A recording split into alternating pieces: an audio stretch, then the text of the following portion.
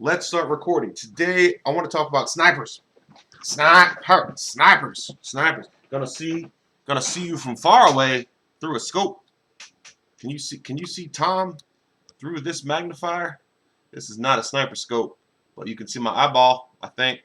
Sniper scope, optics. I always thought optics were cool. I like glass because I was born with terrible eyesight. So glasses are amazing. Glass is this miracle substance, Tom. And I like it. I got into the gun world because I thought ACOGs were real cool. I went to a gun shop when I was like 22 and just looking around because I was a video game nerd and military nerd.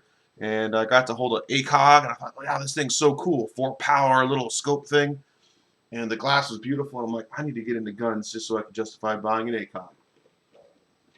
And that's what I did. So anyway, we're going to draw today. Did I get some messages? Yeah, my friend messaged me. Hang by. Bo, bo, bo, bo, bo, bo, bo, bo.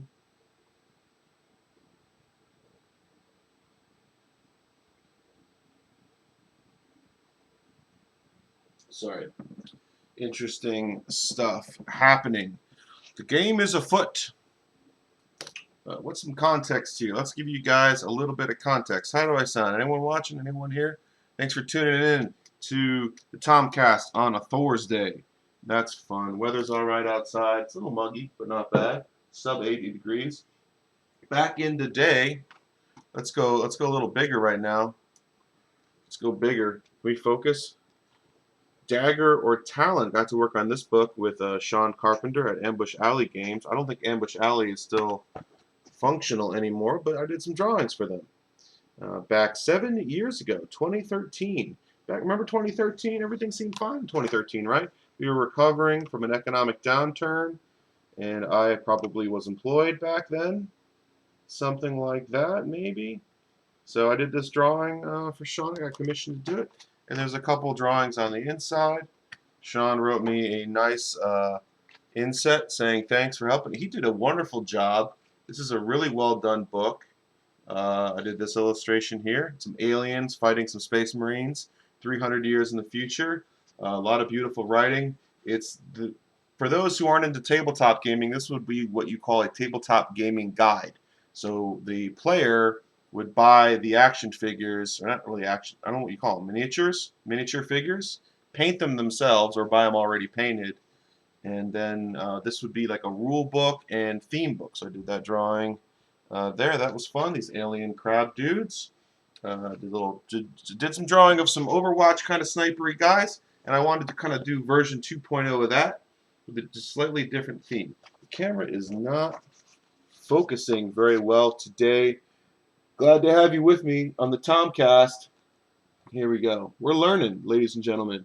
I am happily making a fool of myself on the internet so that you too can feel liberated by sharing information no one cares about with random strangers on the internet. I want to give credit to all my friends on Facebook who make Facebook more entertaining every single day. And all you haters that are just reposting political and news articles, stop it. I don't care. I want Facebook to be entertaining. I don't want protests on my football. I don't want protests on my basketball or my baseball. I want protests on the street during the daytime. At nighttime, go home. And then I want Facebook to be entertaining and full of beautiful pictures of your kids and your cats and natural parks and what art you're making. That's what I want, and that's what I'm going to try to share with you guys today. By Dagger at Talon Ambush Alley Games, Sean Carpenter's a good man for hiring me to draw. Because, ladies and gentlemen, you got to be careful. You got to be careful out there. I'm going to talk about Mobius real quick. Love Mobius. Who doesn't love Mobius? Well, no one loves Mobius if my face is too big. You can't see it. Let's shrink Tom back down. This is going to be a fun day, Brandon. Breadman, we're going to celebrate you not being in Facebook jail, and we're going to have a good old time today. Is that right? That's right, Thomas number 2. This Thomas Steak Engine is at it with some coffee. This is so sugared up and disgusting. It's like putting like 83 octane gas in your 1983 Toyota Tercel. It'll get you somewhere, but you ain't going to be happy about it, and neither is your passengers in your car. But you're on the road trip. You're going to go somewhere. It's just going to smell. It's going to sound a little funny, and it's going to be a little out of control, and your engine's not going to be happy with you. So that's what I think about. You know, you go to the gas station, you get like 87, 89, 91, 93 octane fuel. This is like 63 octane with cocaine in it. I'm not really sure. Brandon says he loves the streams, Tom. That book makes me want to play some 40K. That's right. I heard of Octane. That's right. Octane Services. Go look up Octane if you guys are interested in getting some entertainment. Entertainment. That's all I'm going to say about that because I don't know what the legality is of whatever. I'm not going to talk about it. We're going to talk about Mobius. Breadman. We're going to talk about Mobius. Look how fun this is. Look how fun he draws. He's got some fun line work, and then he just slapdashes some ink in. But really, Mobius is all about creativity. There's a great documentary, I think it's on Netflix, called Jodorowsky's Dune. And if you're a fan of cinema like I am, Jodorowsky's Dune is kind of a reaction. It was in, like, they put together in the 70s the idea of a Dune movie. I highly recommend watching Jodorowsky's Dune documentary before seeing the new Dune that just got, the Villeneuve Dune. That looks amazing. But Jodorowsky kind of sets the stage for why Dune needs to be this amazing spectacle of a movie. And he had this vision, maybe it was a little like LSD, acid fueled, of what this movie could be. And the story is crazy about how he tried to bring a team together to make this film. They did it was the first time a major motion picture studio did a full, like, art bible to say what they wanted to build. And they hired Mobius to do all these colorful illustrations to sell the motion picture to a studio. So I guess Jodorowsky was the director. I think it's spelled J-O-R, Jodorowsky's Dune. Let me put it up on here. This is a very interesting movie. He worked with some great concept artists to come up with a vision for a project that then could get funding, and then the art department was a really big deal. The Giger was involved, Chris Foss was involved.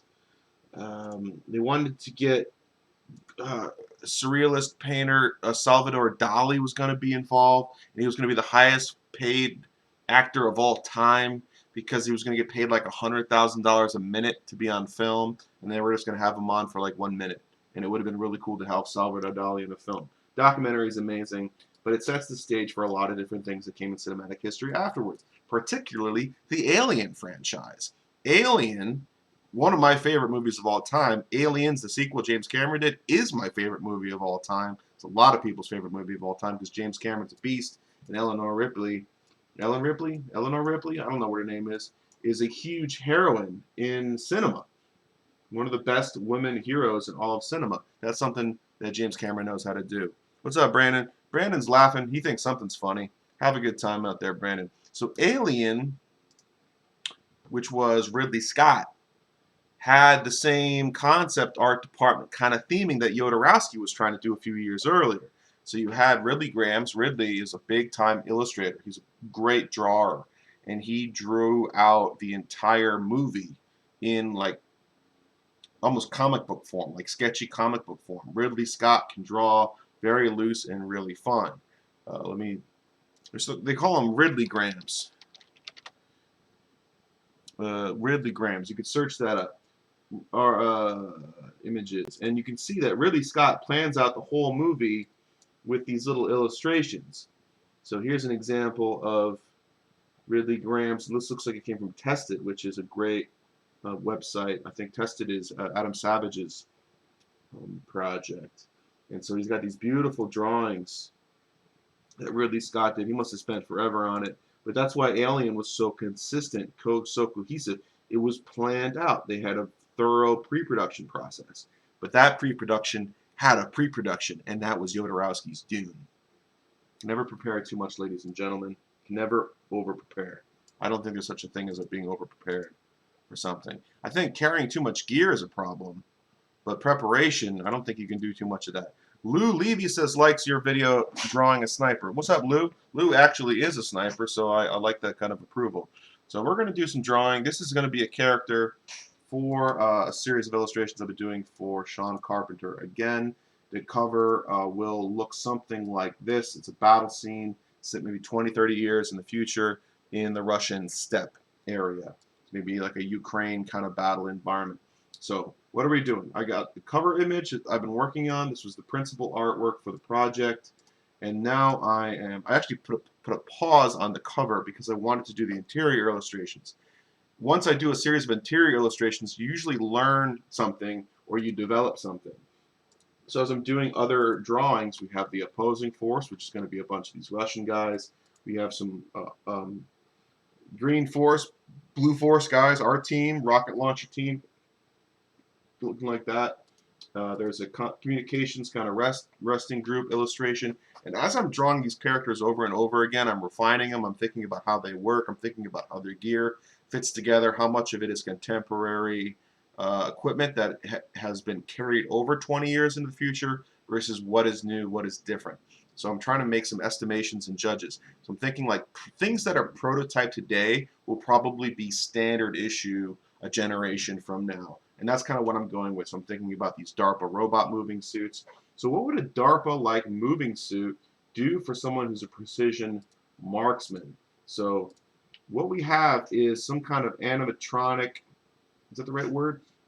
Electro-motorized human exoskeleton carriage thing that can help the person carry stuff. It can probably also help stabilize stuff. So that means that if you're trying to get a precision shot that we're used to in competitive matches, getting braced on some kind of object like a barricade or some sandbags or just using your bipod on the ground, maybe shooting sticks, maybe those big inflatable bags that the precision shooters use. Well, if you have this electronic armature, maybe that can keep your equipment stable enough, kind of like a lead sled. So that's the idea. This guy's going to be taking a shot. I wanted to create a dynamic pose of a commando taking a shot, and you know, I initially just drew some chaos around him to try to create some kind of environment. I was thinking he was shooting out of a sniper's, like out of a hide of some kind, up like some elevation. But this pose doesn't really make sense if there's all this barricadable stuff around it. So I think I'm going to change this scene up a little bit. So what I'm going to do is, first of all, put some color. I'm just a flat grayscale. Let's go flat grayscale. And then we're going to do another layer on top of it and paint over just a little bit. What I'm thinking is that he's going to be coming out of the grass a little bit. I'm going to change it up. So the reason he's at a kneeling pose is because he can't go prone and he can't set that bipod up off of something else. So we're just going to paint over the barricade, but I like that there's something over him. Maybe these are just like the remnant. Maybe it's like the remnant of maybe he had a shooting position looking to the east, and then something came up to the north, and he's just turning and looking to see this other thing. And then maybe he had some kind of netting. I was learning about camouflage netting last night during World War II, the kind of netting with canvas cloth that the CBs and other units would use to hide airplanes and airfields. It's kind of interesting stuff. I found like this old vintage YouTube channel that had newsreel clips from the 40s, 50s, and 60s, and they talked about setting up. I wonder if I could show you guys a little bit of that. Say hi, say what up. Let me know what you guys are thinking about today. I'm thinking about how the CIA should probably set up a domestic program to figure out what's up with inner cities. That's what I think. That's what I'm thinking about today. The Federal Bureau of Urban Reform is what I think we need in the next generation to make cities cool again, make cities great again. Because cities are hurting right now, man. My personal opinion is not enough green space, and it's just it's too many people. You gotta space it out a little bit. All right, what am I looking for? I'm looking for my history, and I'm not going to show you guys my history. I know you want to see my history, but I'm not going to share my history. What are you talking about? You crazy? You crazy? You want to see everything I've been looking at? Well, it's like Dr. Disrespect, Tool, Joe Rogan. I tried reading Vice News last night. I can't take it. Can't handle it. So I'm trying to get the left and the right. I'm trying to get both sides of what's going on.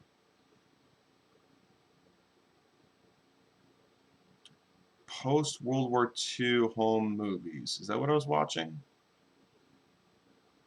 No. I was watching George Patton in the Third Army. This was kind of cool. periscopefilm.com. This was really, I went down the rabbit hole last night, ladies and gentlemen.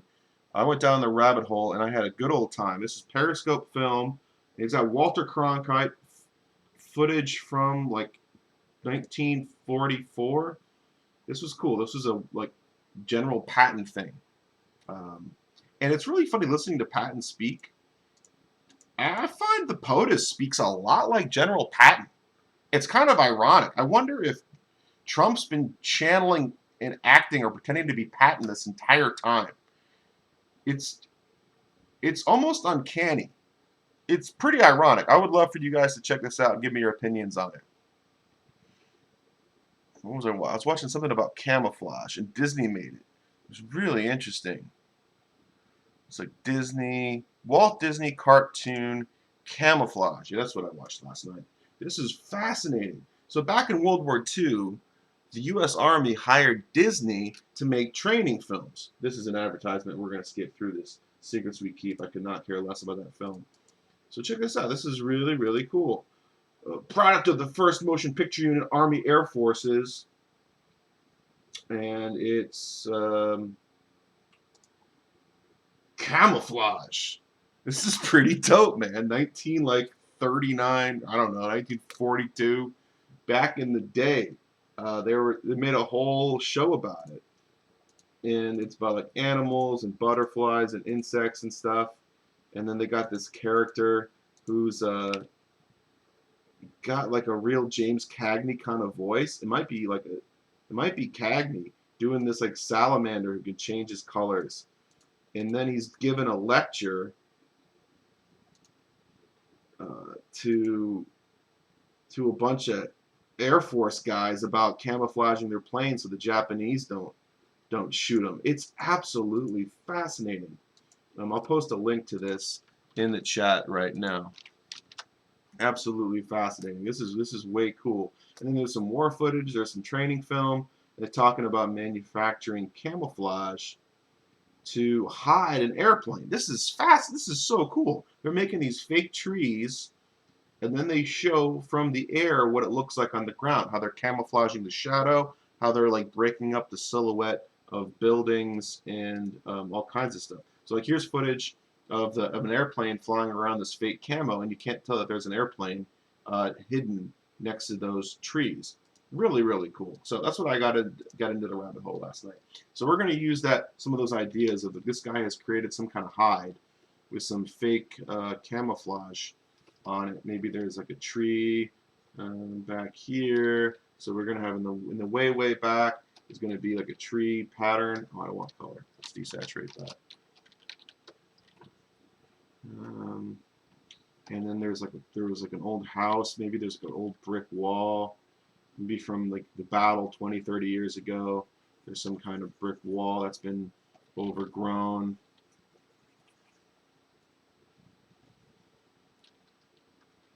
I don't know, man. And then he's probably going to have like a bag of gear over here. It's going to be cool. Just setting the scene up. Just setting the scene up. What else does he have? Well, we're going to have like, this is going to be overgrown. So we're going to have the grasses. And so we're going to see a little bit of his gear, but some of it's going to be masked, some of it's going to be covered. Straight lines are kind of boring. Would it be interesting to have like a post that's doing that kind of thing? That'd be interesting. Maybe it's like just a couple like weird beams have been set up. That could be fun. Just like we'll show like the construction of this kind of thing. This set up just a little bit. And then there's this. We're not going to have color. It's going to be black and white. So the tree is going to be defined by shape and silhouette, maybe. So there's going to be this tree here. There's probably going to be another tree next to it, like a smaller thing. We're going to have some vines. Come over here. This is the brainstorming phase. I'm using a lot of energy trying to just make a bunch of marks. Sometimes you can make chaotic marks, look away, look back, and then your brain's trying to make sense of what you just drew, and that's a source of creativity. Something like that. High speed, low drag, ladies and gentlemen. So this guy's going to be in some kind of hide. I don't want this to feel too much like my other AT drawing, so this is just about done. and it has the proscenium arch around it, which is like what we call the stage, the area around a theater play or something. It's like the proscenium arch and the stage creates a square that we can focus our attention to take us to another realm, to the dream world, to the performance world, to where we watch movies or opera or plays. It's a way to suspend our disbelief by looking through a box and darkening everything around it. That's what Wagner was all about. The Wagner Festspielhaus was the first example of the darkened theater, where the audience could become fully immersed by channeling their focus to one spot and turning off all the distractions around them. Before Wagner, the theater was completely illuminated so everyone could look at everybody else, and it was a who's at the theater, because who's rich kind of stuff. Whatever. We also didn't have electrical light or anything, so creating like a lit kind of atmosphere was complicated. I learned about that back in the day.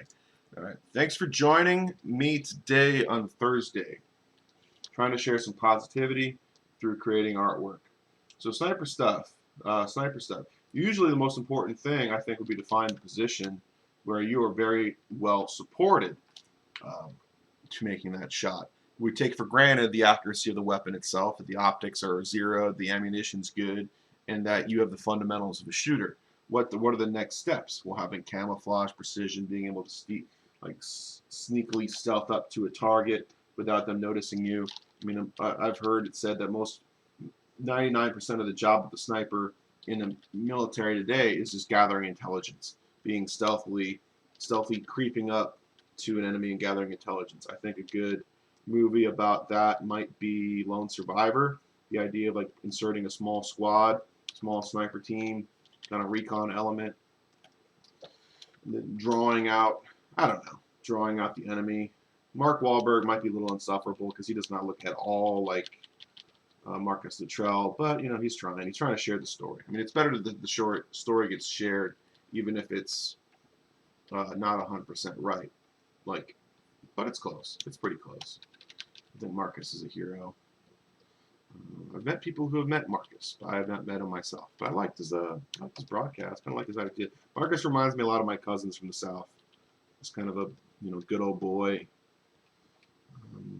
American hero.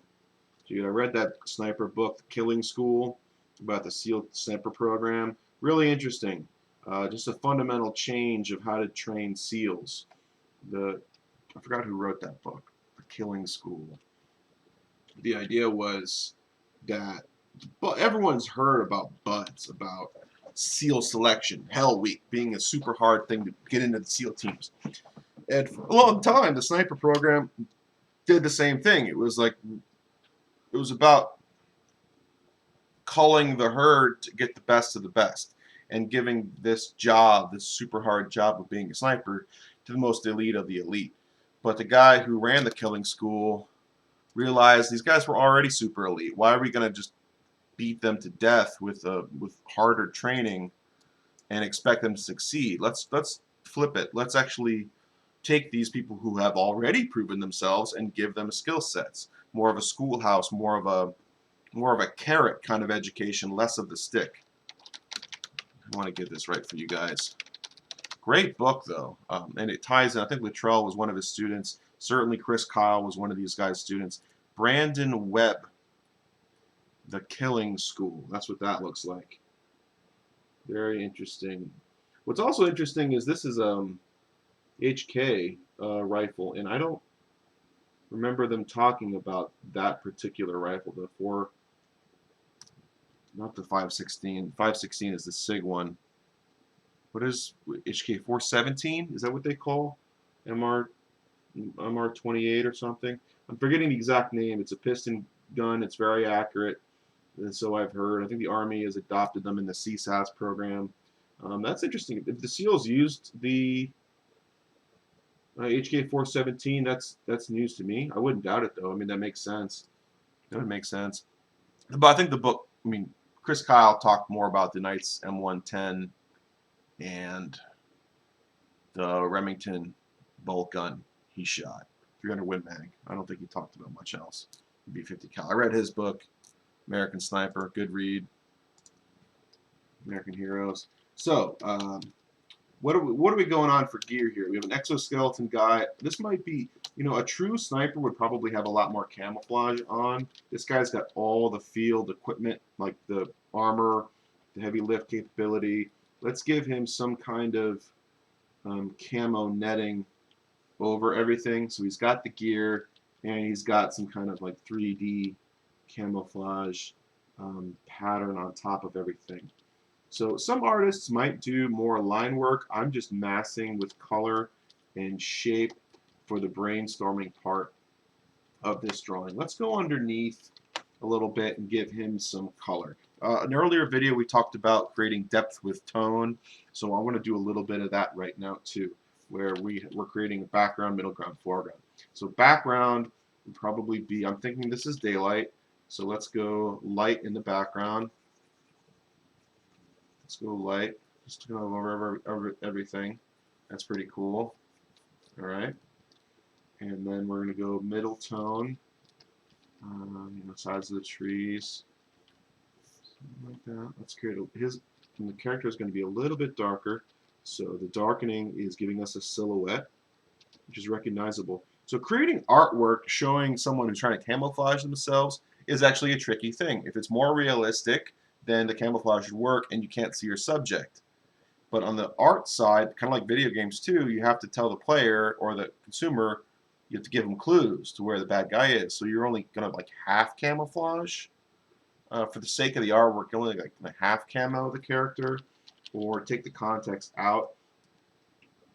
Like a lot of artists who honor veterans who do war art just have the subject separate from the background. Like they'll draw like the elite operator with all his kit, camo, camouflage, gear, armor, weapons, all that kind of stuff, and leave the background blank. That way you can see it. It's drawing the background's a lot of work. If you've ever done landscape work, it's really complicated to draw a landscape. It's a lot of stuff going on. How do you abstract and simplify stuff? A lot of camouflage is just about hiding in plain sight. There's a really funny YouTube video. There's some infantry guy out there who just does camo reviews, and he's walking through the woods doing, like, showing off different patterns from around the world. Yeah, it's Infantryman's Guide. I don't want to answer ads, but this guy's amazing. He's a former Marine, and I find this to be, it's kind of funny, but it's also very interesting. So he's a pretty tough looking hombre, and he's wearing different camo, and he goes into the woods, and he shows you like how camo works, like how effectively can you hide in the woods. Like he's hiding under some sticks and stuff, looking like a sniper over there. It's pretty cool. Lou might get a kick out of that, like he's looking true sniper. See, this would be a very boring drawing, like a bunch of sticks with just the barrel of a silencer coming out. That'd be pretty boring for the audience. So I don't want to do that. Cool, you got some night vision stuff. Yeah, this guy's awesome. Brent0031. He's talking about like face coverings.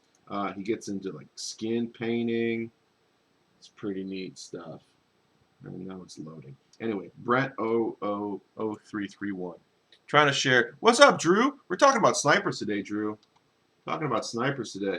And Faulkner Subaru, not sponsoring this broadcast, but this guy's Brent0331 talking about how to do face camouflage. This tough-looking, handsome former Marine fellow. Look at that. Look how good that camo is. Dude, I could not see that guy in the desert. So what I want to do with the drawing is I want to incorporate some of this 3D netting and stuff. I'm going to use this drawing as an inspiration, or this video as an inspiration, and try to incorporate that into this sniper guy. He also talks about camouflaging the gun up, so maybe I'll do some of that too. He's got some camo tape. He's just trying to break up the silhouette a little bit here. Maybe I'll incorporate some of that. But I don't want to hide the whole thing because I want the viewer of the game book to see what's going on. Clearly a backpack, some kind of camo pattern in the clothing itself. Something like that. Inspiration from YouTube. Thank you, YouTube. Thank you, Brent0331, for sharing stuff. Drew says, I like snipers. Well, guess what? I like snipers too, Drew. We're talking about a couple books I read. Killing School by Webb. about the Navy SEAL sniper program, Chris Kyle's book American Sniper, and Lone Survivor, of course, Marcus Luttrell. All great reads and okay movies. Okay movies. I like Bradley Cooper for bulking up for that American Sniper, but I think that script was dumb. I think they could have just stuck to the book and it would have been a much better film. And for the movie, they invented this like this villain that was like some uber enemy sniper guy that wasn't in the book at all. I don't think they needed it. I don't think they needed the enemy in the book. A great sniper book that the movie was accurate for was Jarhead. That's a good Marine sniper book with Jake Gyllenhaal, I think. He was Jake Gyllenhaal. And it's kind of funny if you watched his earlier work. What was the one where he's got the big rabbit friend, the creepy high school movie? Brandon would know what that is. You probably know what it is too. What's the creepy high school movie with the imaginary rabbit? Donnie Darko. Donnie Darko. Yeah. So because it's the same actor, Jarhead kind of has a little Donnie Darko feel to it. It'd be kind of interesting. Like Jarhead would be like if Donnie Darko joined the Marines. It's kind of like that. Jamie Foxx is in it. He's great. And Skarsgård, Youngers, Skarsgård's in it. I felt that movie stuck to the book really well. And it wasn't a blockbuster, but it did pretty well. And it launched a bunch of spin-offs, and none of them were based on anything that I'm aware of. Made-for-TV sequels are not the same as the Jake Gyllenhaal, Skarsgård, Jamie Foxx thing. All right, so we want this guy to have a little bit of camouflage over what's going on. So maybe we just, maybe he's got some kind of wrapped parts. I'm imagining his equipment is going to be a bullpup sniper system. I know they're not the best, but that Walther 2000 thing was so cool that Ian from Forgotten Weapons talked about. It's a bullpup sniper rifle he's using the game Hitman. That thing's way cool. I think it's called like the WA 2000. Is that it? Yeah, this thing just looks so dope. I know it's a hog, but it looks cool. It looks futuristic. Yeah, this was the first time I saw this in a game. I think was Hitman. And I was like, what is that thing? Crazy West German, a counter-terrorist, policed marksman rifle designed to operate indoors in small spaces, like small apartments. Small European apartments don't have a ton of space. That thing's cool. I also always like the Desert Tech. I think it's the SRS. Yeah, obviously this thing looked cool. I got to play with an airsoft one once. That was fun. I tried to visit Desert Tech last winter. I drove through Utah to Salt Lake, and I stopped at their headquarters, and I asked if I could come in, and they said no. That was fun. Wouldn't mind getting to shoot one of these someday. I just think it's cool, especially if you want to put a suppressor on it, because a Knight's M110 with suppressor is long as F. M110 with suppressor. What does that look like? This thing is so freaking huge. You can't clear a room with that. Look how long that cannon is. This thing's freaking enormous. And oh, by the way, they get filthy. They get absolutely filthy. Man, that sure is something. So last year I got to do. I feel very privileged to be able to do this. I was kind of recovering from a bunch of personal life issues, and I wanted to go do something fun. So I took a long-range precision marksman class out in West Virginia with a former SF guy of Paramount Tactical Solutions, and that was a ton of fun. I had a great time learning about shooting. I got to shoot out to 800 yards. I don't know if I have photos of it. I would love to share photos, but I don't know if I have any pictures from that event, sadly, at least easily accessible. No, I don't have any. But I got to see some really, really cool stuff.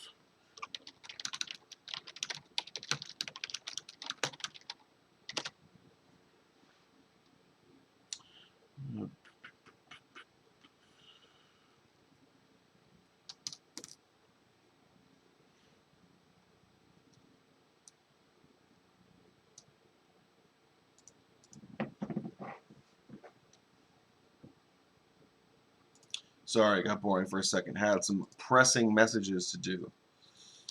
Brandon was talking about 40K. What's up, JoJo?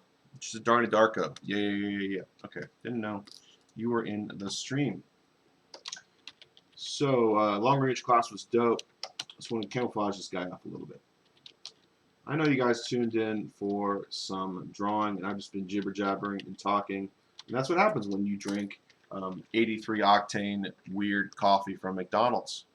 How are we doing? McDonald's.com, and they have a number. I might say, get better. Get better. I mean, it's, you know, it's functional. What am I excited about? I'm excited for you. For all you people hanging out. Thank you. Thanks for hanging out with me, my good friends. It's like a regular crew. We have this regular cast. It's like Drew, Brandon, Joe, and like one random free radical that shows up every once in a while. Lou, if you're still watching, I would love to hang out with you, man. Well, let's do something. Let's do some practicing. I don't know. Let's just reload and share stories. I don't know. I'll have to hear your stories, man. Lou, ladies and gentlemen, got him on the firearm blog. That was fun.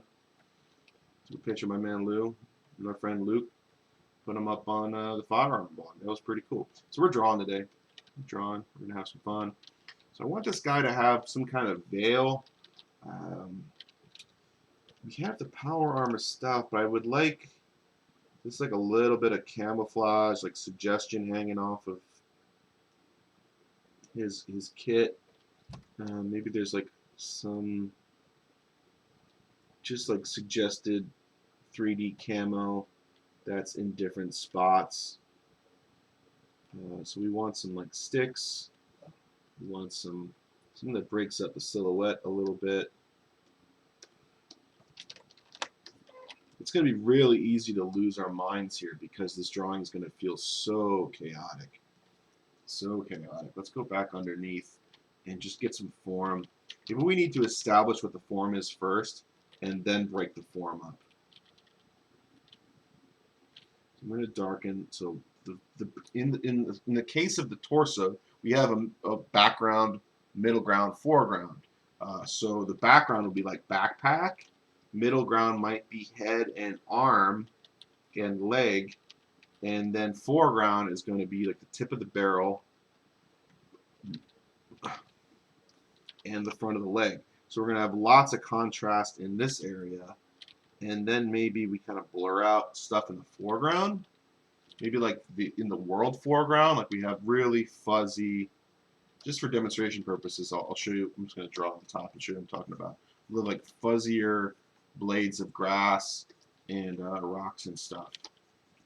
That's going to be masked in the foreground. What do you think about that? Something like this. I know this looks chaotic. This looks chaotic as cray to you guys. Where is our light source coming from? Is this going to be a gray day like everything else in this world, or can we have a little bit of sun coming in?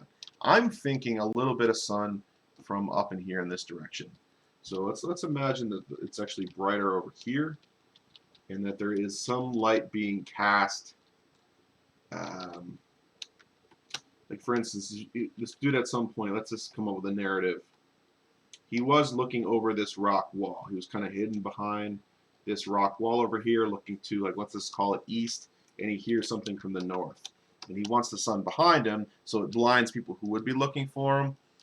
And he has the sun to his back, so he's not really illuminated. He's just in shadow. He's creating more shadows for him to hide in, to hide underneath. But for some reason, he gets up, he pokes up, here's something moving to his 3 o'clock, 9 o'clock. What is this? Left? What would that be? 9 o'clock to the north. So he's just getting up to pivot. He has to take a quick shot. He's observing. He's got his thermal camera thing over there. Would he have some kind of laser rangefinder on top? Sure, why not? Some kind of laser rangefinder doohickey up there. That'd be cool. I've seen that technology in existence. Some box on top makes the gun real heavy, but when you have to do that ballistic calculation, you got to have the data right available. So that's pretty cool. Got some mounts. Right, so he's using his exoskeleton to support and stabilize this weapon platform, and I would think he'd have some kind of advanced version of the OSS suppressor, which vents gases out the front and a little bit to the side while trapping most of the expanding audio and heat energy from the muzzle of the gun to hide this signature. Key in modern sniper work is the silencer. Let's see if we can get a good purchase on something. Does that grip feel good? I don't know if I love the hand placement here. I wonder, I have to visualize it. Let's see.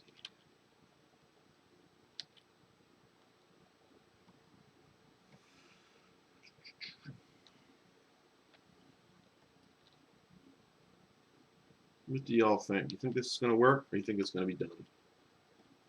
Post in the comments. We just have a very clear thumb. It's got some padding. It's got some equipment. Quick way to make the armor pop is just to make it dark underneath, just like a stormtrooper. Dark undercoat, light armor on top. That's what we're used to seeing. That's in the collective unconscious, the idea of the knight in shining armor, the white armor in the white or stainless steel, something like that, polished, shiny, and then all the clothes underneath are going to be darker. Shadows are cast on them. Maybe chainmail's a little rusty.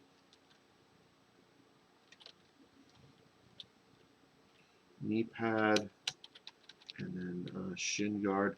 It's probably likely, I would imagine, that the actual snipers in the future will probably carry lighter body armor or less equipment, just be more mobile and more stealthy. But this is fantasy. I think the client wants to, you know, I don't know, but I would assume this is more. He wants to sell figures. These figures have the ability to be decorated. So maybe this is inspiring to someone who's buying the figure set and wants to take it a step further. They can take their power armor guy, they can pose him, and they can do a little bit of, you know, chicken wire, a little bit of burlap, a little bit of paint, and do like a camouflage netting for that guy. There's also, adjacent to snipers and adjacent to the infantrymen, would be called a designated marksman. So that'd be a dude in every platoon who's got a accurized rifle with some glass on it that can fill an intermediate distance range. So philosophically in the military, you might have infantryman is expected to make a shot to 200 meters, an accurate shot to 200 meters. And then you have a sniper who's expected to do accurate work out to a mile, let's just say. If he's using super high accuracy equipment and ammunition, maybe he can reach 1,700 yards with like 300 Winchester Magnum, maybe 338 Lapua Magnum, some like uber bullet. Well, in the middle, there's sometimes the need to shoot between 300 and 800 meters, and that might be the role of the designated marksman. This was a big deal in Afghanistan, where American and coalition troops were fighting against Taliban in the hills, and those guys were shooting down at high altitudes, distances, all that kind of stuff. And then we enter the world of the designated marksman rifle, and this has been a military issue for a long time, and recently they're fully embracing it because optics are so good now, equipment's so much better. With training in America, you have more excuse me, accurate shooters, and you can do these kinds of things. I think the military and the United States, like civilian shooting world, mesh really well together, and you get troops that actually can hit what they're aiming at, which is pretty good. Could be wrong. Once got into an argument with a former coworker about why a civilian marksmanship program heavily benefits the military.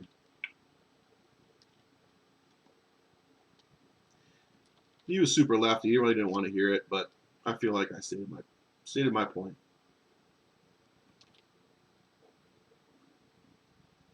I learned from Gary's class it is very important to have a level on your gun. So I'm going to try to replicate that here. So just a little bubble level. It's going to look like an eyeball. But that's so you know the gun is canted or not. Why is that a big deal? Well, if you're coming up elevation on a long distance shot, the bullet's actually going like a baseball. It's traveling in an arc. And if you're not perfectly level and you're making adjustments for distance, you can send that bullet off tailing pretty drastically. If it's not perfectly up and down, if it's tilted a little bit, that shot is going to arc way left or way right of where you expect it to be. So you having a level on the weapon itself is very important. Really cool. I had no idea before this class that it was even possible for me to hit a 3-inch, if that, a clay pigeon at 800 yards. And I learned how to do that 8 football fields within 2 days. 2 days, like 16 hours of instruction and some good equipment and some awesome spotting from Green Berets. Yours truly got to hit a couple clay pigeons at 800 yards. It might have taken me a lot of shots to get there. I might have taken like 50 shots to hit 3 clays, but we did it. We call that accuracy by volume in the paintball world. Y'all who played paintball back in the day, look, I had to stop. People were too crazy. I had to stop playing paintball. It just made me too aggravated. Too upsetting, too painful. My gear kept breaking. I didn't know what I was doing maintaining it. I think if I got into paintball as an adult, it would have been much better. But it's like being abused as a kid. It just sticks with you. Played paintball from when I was 13 to like 21. And then I played once again with some students from Micah, my friend Essie and Alex, and one of their friends. We had a good time. I was so sore. The last time I actually played paintball was with them. It was 2016, 15, something like that. Fun day. Fun day. It was so sore I couldn't walk for 3 days afterwards, running around, jumping, diving. I still got all my gear. Still got my paintball equipment. It's like a little museum in my house to my younger, more mobile self. I remember saying to my mom, this is a very silly story. I'm like, Ma, if the military runs out of soldiers, you think the government's going to call up paintball players to go fight the Russians? My mom's like, that's nice, honey. That's nice. Just got some like sniper hide thing. Dude set up some camouflage. Hopefully the guy that commissioned this will see this video and give me some feedback later. That'd be cool. I haven't talked with Sean in a little bit. I gotta give him a call. Like, what up, dude? I know he's busy writing. Cause look, I mean, all those pages I showed you earlier, like these books, got a lot of text in it. And dude did a lot of writing. This is a lot of work. It's a lot of work. So he's doing that right now. All the rules. Here's another drawing by yours truly. This is my favorite. I think this is my favorite black and white drawing by Dagger or by Talon. We got like a cornered squad of super futuristic commando armored guys. They got their like stormtrooper helmets on. They got their light support machine gun going on, rifles, pistols, that kind of stuff. This guy ran out of rifle ammunition and is engaging with the sidearm. Fun stuff. So Sean's busy writing. I'm going to do a couple drawings. And this is fun collaborative stuff. Real fun. Good times. What else did I want to show off? Anything else? So what other show and tell do we have today? We got some old drawings. Was this fun? Did you guys see this last time? Did some old art school portfolio stuff. Let's see what I got in here. That's interesting. Do you have any sniper kind of stuff? Look at this guy. I love the skull guy. He's fun. Skull guy's fun. Yeah, there we go. Dudes. This is an old drawing from like 2002, 2003. Like a jetpack guy, jetpack trooper, lady, person, androgynous, intentionally drawn to be androgynous. Back in the day, I thought, I don't know, everybody could do anything. Like the future is very unpredictable. I did not expect it to be so soon, but here we are. What else we got? Anything else interesting? I'm looking for other like older kind of snipery stuff. We got like spaceman walking around. That's pretty fun. Spacesuit dude. No sniper stuff there. Hold on. Let's go back to drawing. Tom, your face is too big. No, don't move Photoshop. Move your face. There you go. Oh, yeah, that's good. Kind of face. 50 minutes, guys. What do you think? What are you up to today? Drew says he likes the drawing the sniper video. Breadman's making bread right now. Sister's out in California. I got both my sisters are currently in California. Interesting. Hope they get to hang out.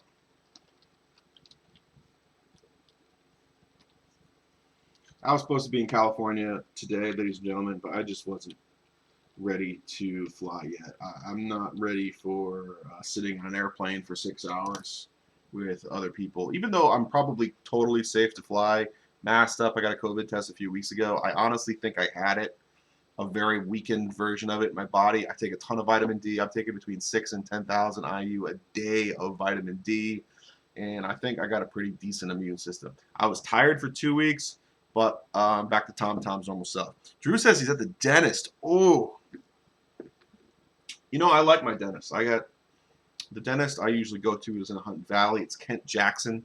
I love him. High tech, high speed dentist. Turned me on to the Night Guard, so I grind my teeth when I sleep. Night Guard has saved my teeth 100%. I destroy one of those every 3 years. I need a new one because I chew through them. Grinding in the night.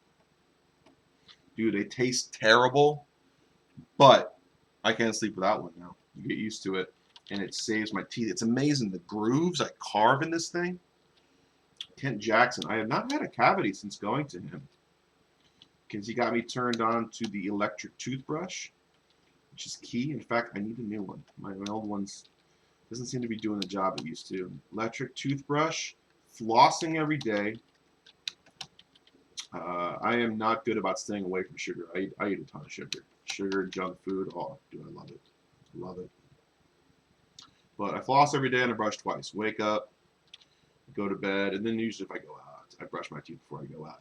Dude, Drew, are you noticing this? Now that we're wearing masks all the time, do you notice how terrible your breath is? Like, I'm noticing, like, after I have a cup of coffee and I put a mask on to go talk to somebody, I'm like, ugh, damn, what did I eat? What's going on with my gut? My breath smells terrible. Why did anybody ever kiss me ever? This is disgusting. Kissing's a funny, weird thing. Do other animals kiss the way humans do? It's very interesting. And why is making out, like, with tongues French kissing? Were the French the first to do that?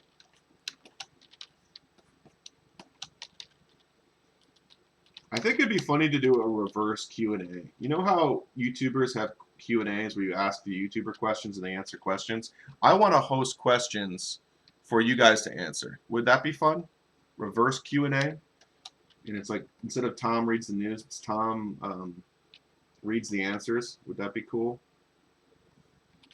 Comment below if you think that's a good idea. If you think it's terrible. If it's terrible, it's fine. I won't do it. Okay, we're seeing our sniper, but it's kind of a mess. You know, does this only make sense in my brain? Possibly. There's some kind of backpack equipment there. It's a little too dark though. I don't love it. This is going to be grass anyway. So we're going to have the sun coming in from the right side. It's going to be a little part in the grass. We're going to probably render a few long blades of grass, like some wheat. Something like that. Brainstorming, ladies and gentlemen. Some meat. Maybe there's like a bug in the foreground. I don't know. What are you up to this weekend, everybody? If you're doing something cool, post in the comments. What are you up to this weekend? What's going to be fun? What's going to be cool? What's that you say? Tom, read the news. Tell us what's in the news. All right, we're doing a quick bit. Here's the news. The horrifying truth about CBD. Is that Tommy Trump? I don't know. I don't know what that's about. I like CBD. Here we go. Trump, we may never know election results. Don't care. We're going to know it. It's going to be fine. Who warns Europe cases higher than March? That's interesting, but I don't think people are dying. Arizona blue. No shit. Trump camp. We don't need Florida to win. Arizona blue. Because Phoenix, maybe, I'm guessing. It's going to vote red. I think Trump's going to get Arizona. Biden can town hall tonight. Rise of ISIS 2020. No one cares. ISIS is going to get smashed. Ex-model claims Trump forced tongue down her throat. I believe that. Bank of England negative interest rates. Yes, England, you need to get your shit together when it comes to banking. LIBOR is interesting. I think one of the biggest scandals that we learned about during the 2008 financial crisis was LIBOR. It's like 12 dudes in England decide what the interest rate for monies is to loan to everyone around the world. Capital investment's a big deal, and if you can't get access to it, your city is not going to thrive.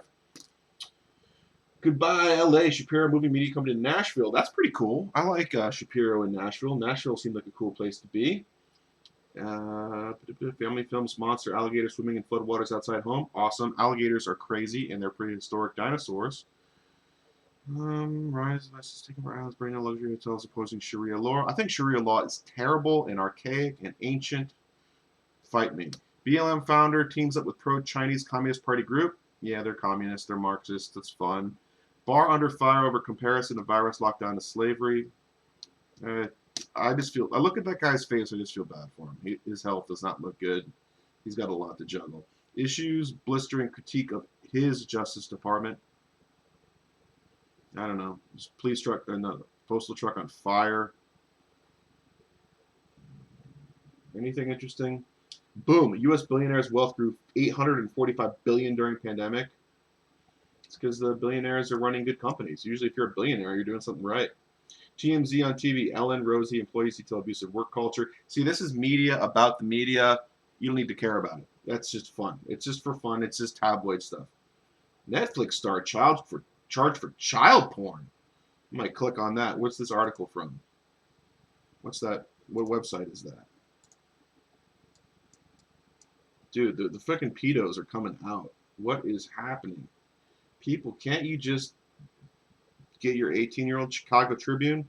I don't want to support Chicago. Homicides up 52% in Chicago. Damn, why are y'all so mad?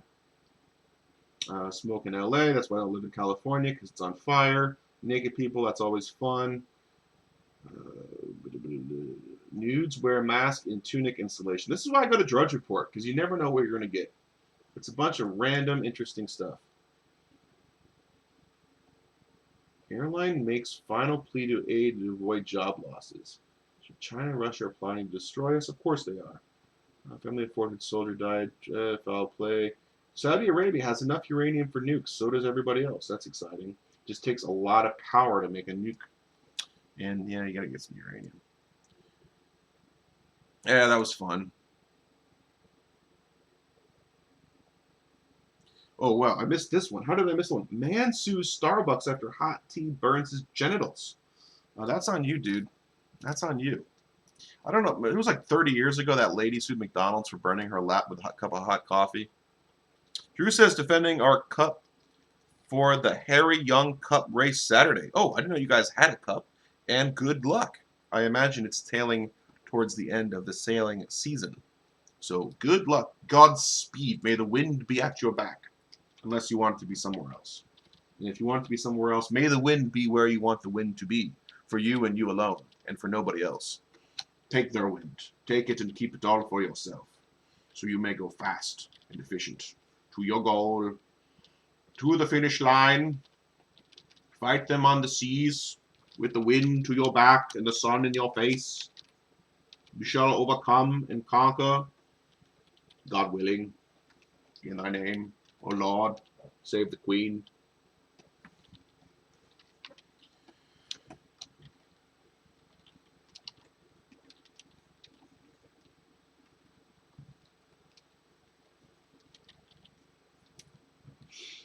Interesting article from Scott Galloway I was paying attention to yesterday about colleges that are going to be struggling post-COVID. Enrollment is down, and that means tuition money is down for a lot of colleges, and a lot of them might not survive. I have been suspecting for a while that something has got to give in colleges. These facilities, as beautiful and amazing as they all cost something. Now let's look at civilization. You can build colleges. You're incentivized in the game to build schools if you're going for a tech victory or you want the next level of technology for your military to be stronger. So there's a relationship between schooling and military economic prowess, scientific prowess in the game of nations. So for schools that are doing good work for the nation state will probably be supported by taxpayer monies at the nation state level. I mean, one reason that state schools are so cheap is because the government needs some intelligent people to come up with cool rockets, cool sniper weapons. Like you need to have engineers to make all this bad A kit for our elite troops.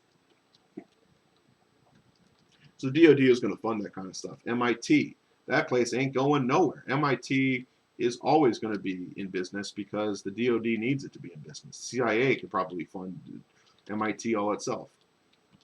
You know, my great uncle Fred Stroke worked on the Manhattan Project. Came out of MIT. Came out of MIT. You don't get atom bomb without MIT. You don't get nuclear theory. You don't get nuclear power without higher education, with a bunch of PhDs and doctorates. And can anyone debate the importance of nuclear energy in the modern world? In fact, it might be what saves us.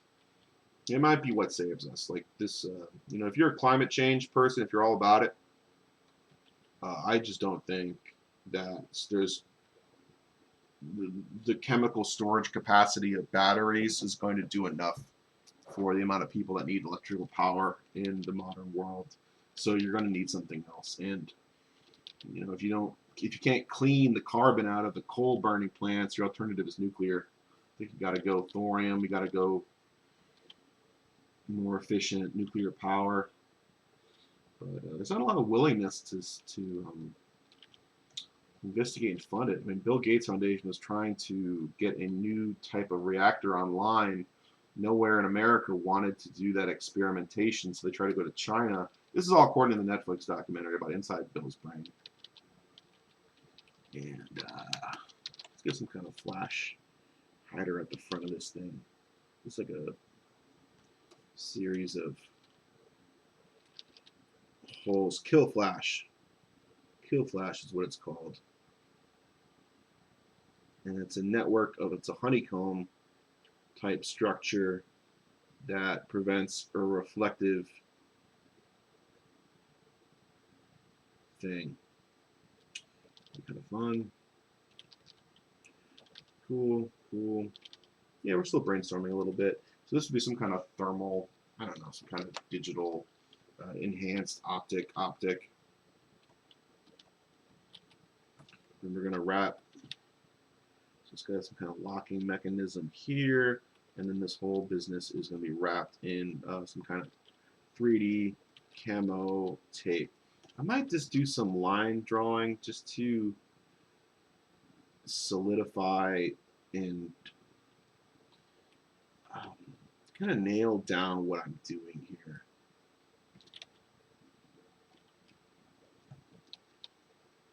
Got the illumination. Maybe this is like the parallax control on the side. Maybe it's a little bit of both parallax and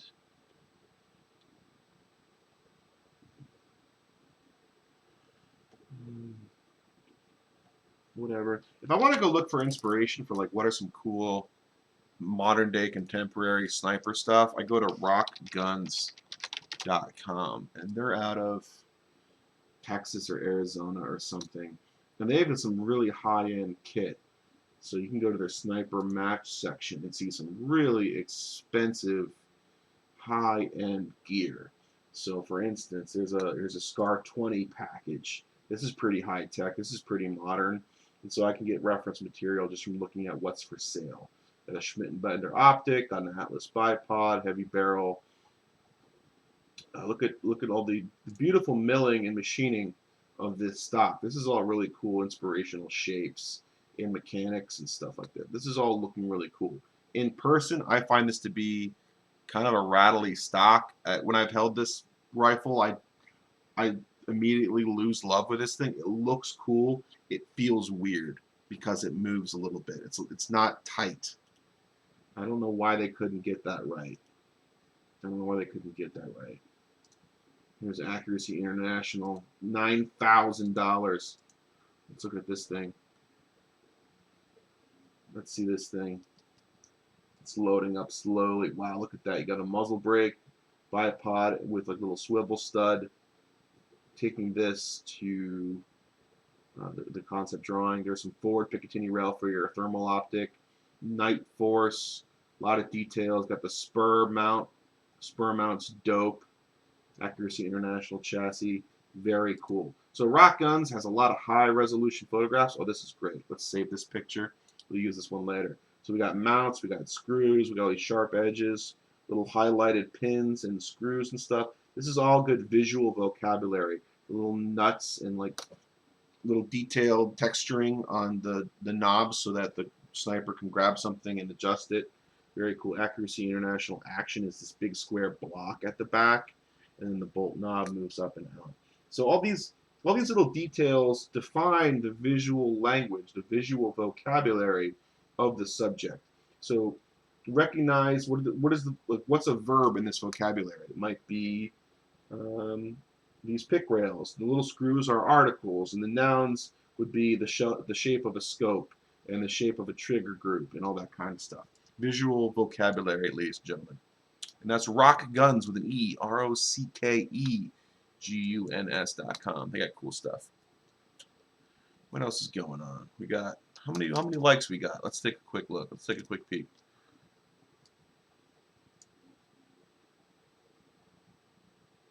I don't know. Facebook's weird lately. They're changing things up. We got 2 people watching, and we got like 3 likes, 10 comments. Pretty cool. Well done, ladies and gentlemen. Tune it for your entertainment. Hope you guys are having a good time tonight. What is Tom up to? Probably watching some football. It's going to be the battle of bad. The battle of bad football teams. The Bengals, or as Raven fans like to call them, the Bungles, versus the Cleveland Browns, which the Ravens stomped 38-6 or 8, something, you know, atrocious last week. So I'm looking forward to seeing our division rivals lose to each other at the same time. That's what I predict. I predict both teams lose tonight. The score is going to be -6 to -10.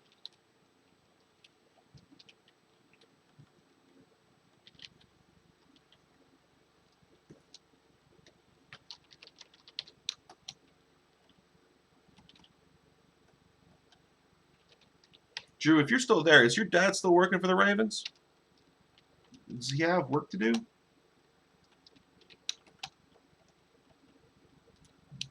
Drew liked that joke. Thanks, Drew. Thanks for laughing.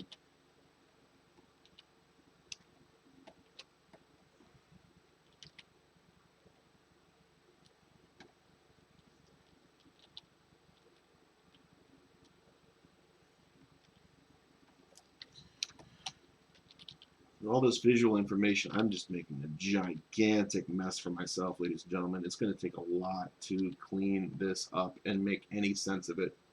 Tom, why are you biting off more than you can chew? Look, man, I got a big mouth and I got a big tummy tum, and it needs to get fed. Drew says not this year. I'm sorry, man. Sorry for your pops. You don't want to work yet. He used to do like crowd work and stuff, right? Doing videos for your mobile video camera.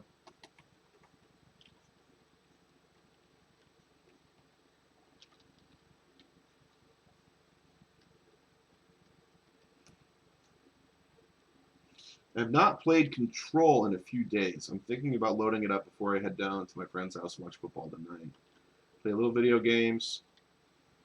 I played some Factorio the other night while watching Joe Rogan, Duncan Trussell.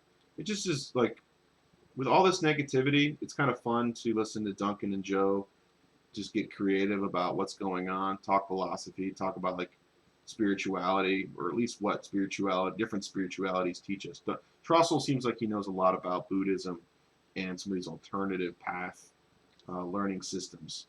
And it's a good contrast against the typical, I guess, traditional Abrahamic religious philosophy kind of stuff. I like mixing it up for myself too.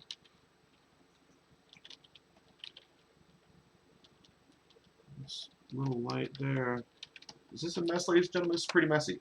What haven't we done yet today? We haven't flipped the canvas. Let's copy these three layers, merge them, and then flip it. Edit, transform,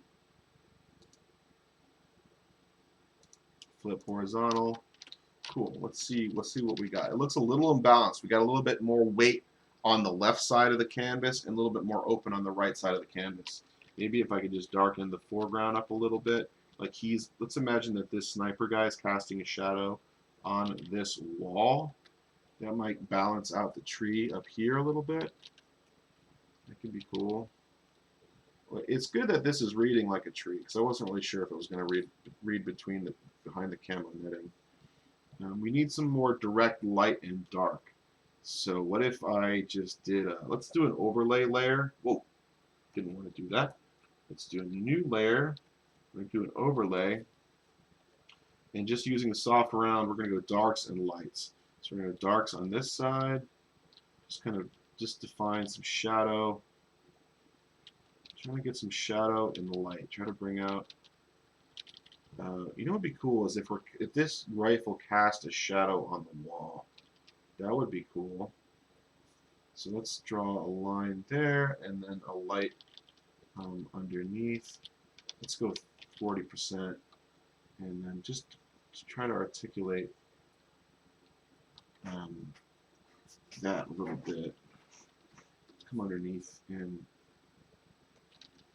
sharpen it up just a little bit. I think that'd be interesting to have shadow of the gun on the wall. So the wall isn't going to be as dark. I'll come back. I think I have to come back to this. Let's lightly glazing in a fill.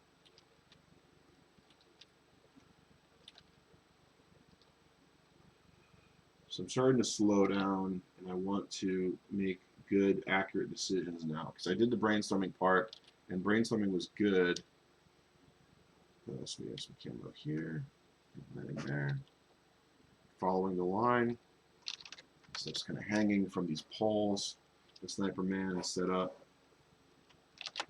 and then shadow on top. Okay, so that's a little more obvious. Cool. So this is an overlay layer, soft round.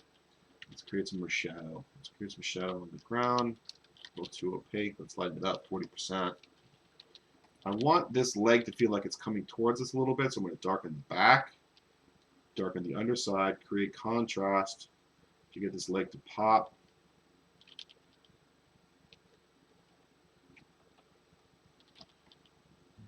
Darken that, darken that. I want the arm to pop too, so we're going to go a little more light. Light here, light on the edge. That's starting to pop out of the grass. Cool. Cool, cool. So the arm is catching some light.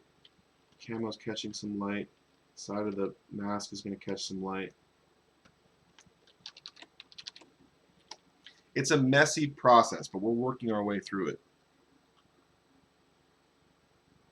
Where are we at? Just about hour 15, ladies and gentlemen. Let's wrap it up in 5 minutes. We'll wrap it up at 4:30. Get your questions in now. Do you think this was a stupid process?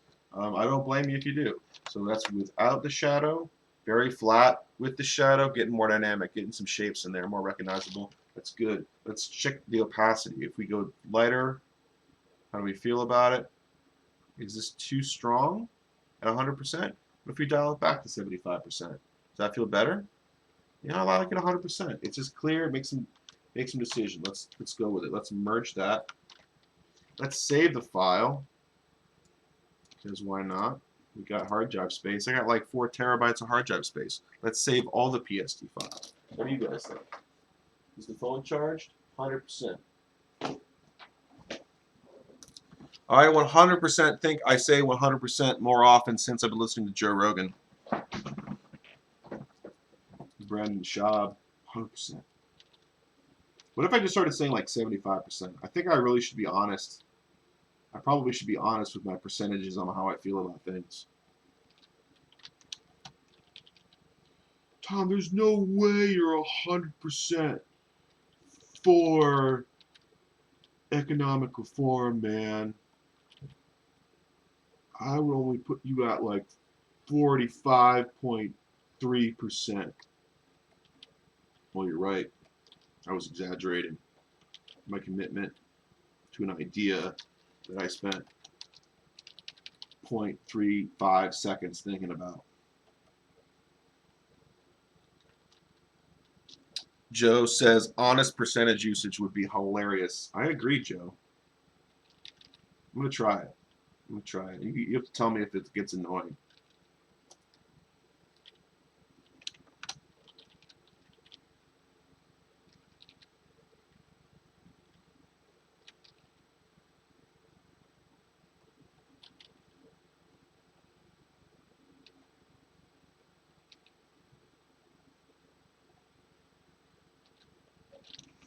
So my process, for you guys who have been following for a while, you know this to be true. For the people who aren't watching now but maybe watching in the future, my process is messy to refined.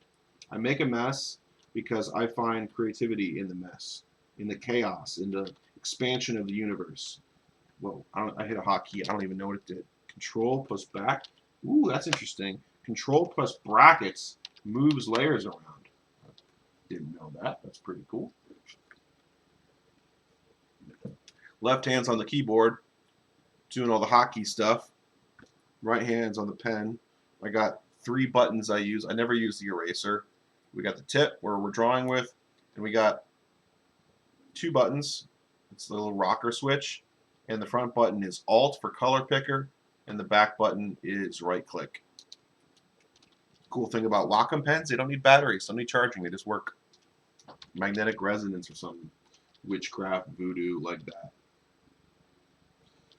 What are some details we have to nail for this universe? Well, I'm rolling with the idea that the power skeleton, the power armor, is connected to like a wrist collar, some kind of wrist action that hooks onto a metal band that comes down around the elbow. There's some kind of armature that this all connects and then goes up to a shoulder blade. Drew says, dentist time. Take care, Drew. Good luck. Hope they don't drill your teeth too hard. Late afternoon dentist appointment, man. Dentist is working into the evening.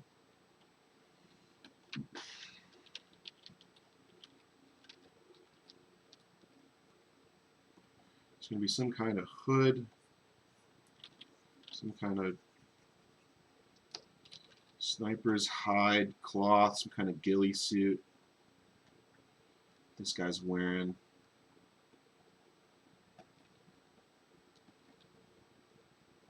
It'd probably be good to have some reference up while I'm working on this.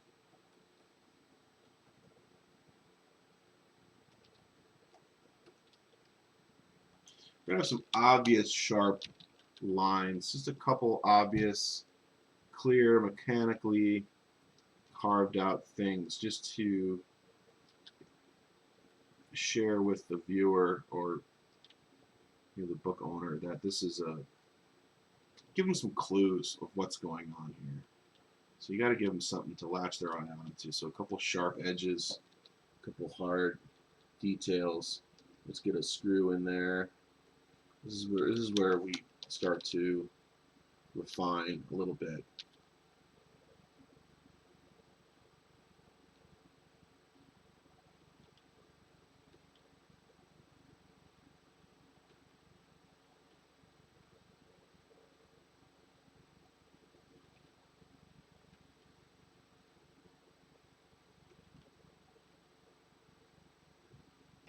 Push button controls for the bipod.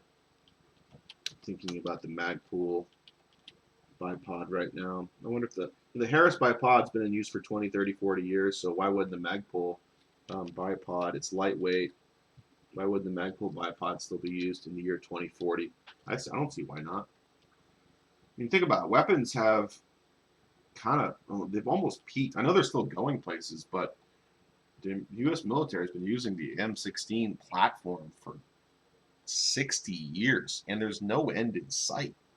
No end in sight. Like, they're trying all these new fangled weapons, but man, Eugene Stoner came up with a winner 60 years ago, 70 years ago. It's just a good platform to base things off of. Mostly it's because of the controls.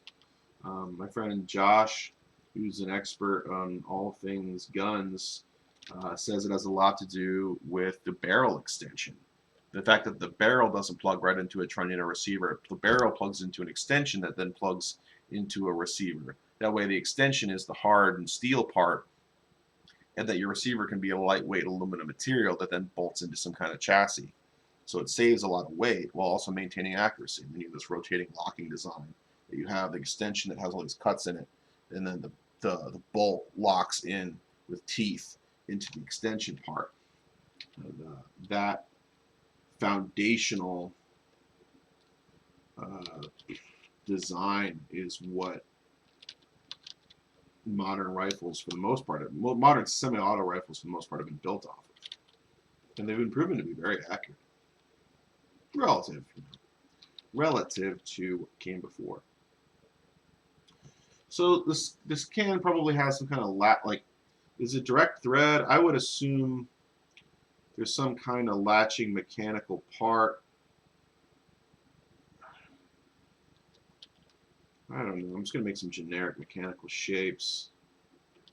You don't have to know how they work for now. Just something. That's interesting.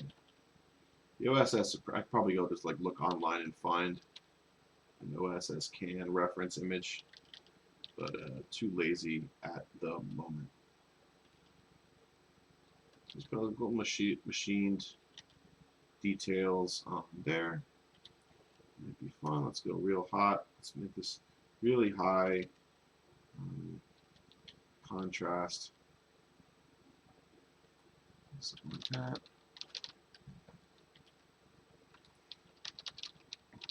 So that's really popping now. So just a little bit of time spent on some details really makes it pop and really makes it stand out.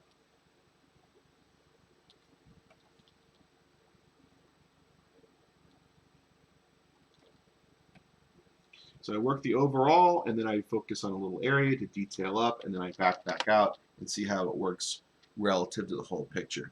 All right, what do we got? 4:34. I gave you guys an extra something, extra 4 minutes on top of the 4:30 time.